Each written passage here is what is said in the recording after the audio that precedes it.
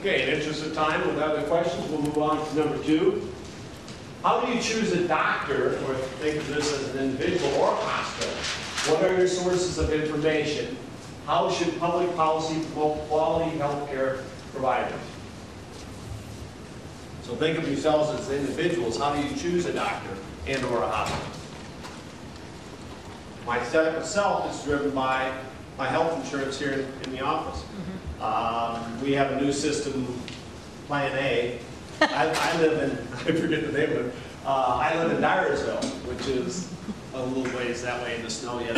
Hey, you get there from here. You can't get there from here. But my doctors are totally different, the hospitals are different than what would be the norm for the folks here in the office. And of course, we've got the folks that are outside salespeople who have the same problems.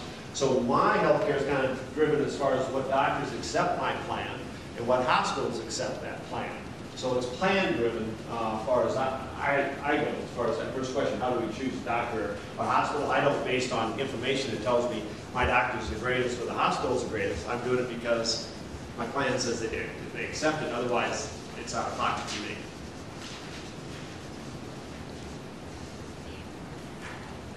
Anybody else? Nobody looks for who's cheapest, I know that, because nobody knows what they charge. Right. Cost structure not. You wouldn't look for who's cheapest anyway, because most of the time you're not paying the bill, somebody else is. And to that point, if I've got a bad prostate and I've got to go see my urologist, do I go to the cheapest bidder or the cheapest guy? No, I'm not going to do that. Some guy who's I think I can do that. I give it a try. So cost unknown. Yeah, So we're not choosing the cheapest or the most cost effective because that information is not provided. under sources, you got to put the internet on them, especially the last 3 or 4 years. I went through some procedures where I had to pick a doctor on experience for plastic surgery, and I use the internet to get the background. There's sites out there that now that give, if not ratings, comments from medical patients and such. Internet access. But who is going to use that healthcare more than the aged? And the older folks aren't going to jump on the internet and do quite the research that you can do as far as Googling and so on and so forth. But just think, for example, John, if CMS had a requirement, or whoever is the lead of this healthcare thing that we're talking about, had a requirement that every doctor had to subscribe to a public information source. There can be more than one of them. Everyone has to subscribe to it and inform their patients. That's where comments can be posted, or that's where their quality control information is at. Every doctor had to belong to that. That's one of your requirements, one of your 25 rules for being able to participate in the healthcare system. I know it would be brutal that people would send things in that weren't fair, that people would send things in that really weren't his patient. You wouldn't have a way to vet it, but at least it'd be like picking a hotel. You'd have something to look at. John, may I just ask Mr. Walsh if he would say that lawyers should subscribe to that same service? I mean, when the government starts paying us. When you're subjecting professionals to the pajama jihad, as those of us in public service call the bloggers, I think that's way over the top. I see your point. You know, I'll give you a different way of looking at it. As a hospital provider, the truth of the matter is, a new physician can move into the Cedar Valley tomorrow, and we would promote that provider. Please trust the orthopod, the urologist, whatever. The information we have, we don't allow them to come to our facility and do operations. No hospital can yet to see if they're really qualified, etc. And the truth is, we kind of cringe, and I'll be able to tell you within 2, 3, 4 weeks, based on feedback, the staff, the first results, that we really brought in a good provider. But we put their name in the paper and tell you to go trust them. And we don't even have the ability to get the information. So you trust they were trained, etc. Nobody will really talk to you. The fear of the lawsuits and what you can and can't say. And so you look at it that way. Then to answer your question, I still think word of mouth, those types of things. And then if you get to what hospital, that's probably 90+% driven by the doctor you choose. But when you really think about the physicians, that orthopod, major hip implant, I'll know after we do some, but the first patients, I'll exaggerate, we cross our fingers. I mean, if you really want to get brutal about it. So how would we Am I frame making that? sense? That's great.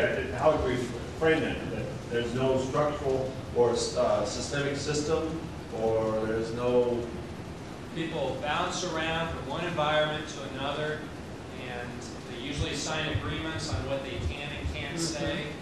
As we're interviewing somebody, why do you want to leave this environment? Why are you interested in coming to ours? The story usually makes sense. We do our best, but it's hard to get to the truth. We know if we have a good provider after a month or so. But after a month or so, I'm being honest. Well, I agree. So it would be a no centralized or no formalized information system. It's available to patients. That would be available to patients.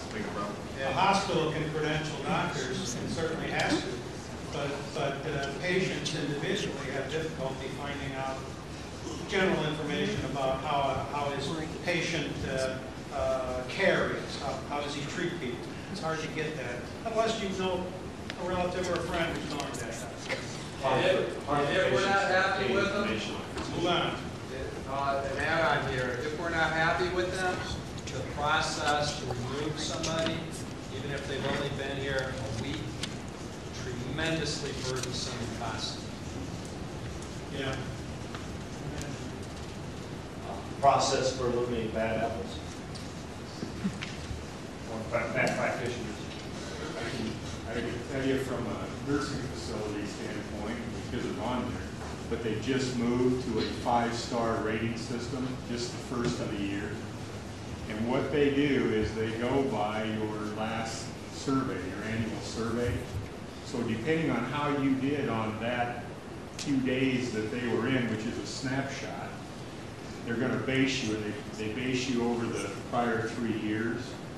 And then the next star is rated based on what your staffing levels are. And then the last star is really based on your quality indicators, which is what they're measuring all the time. And unless you are clear at the 5 stars on that third one, you can't affect that first one to go up a star.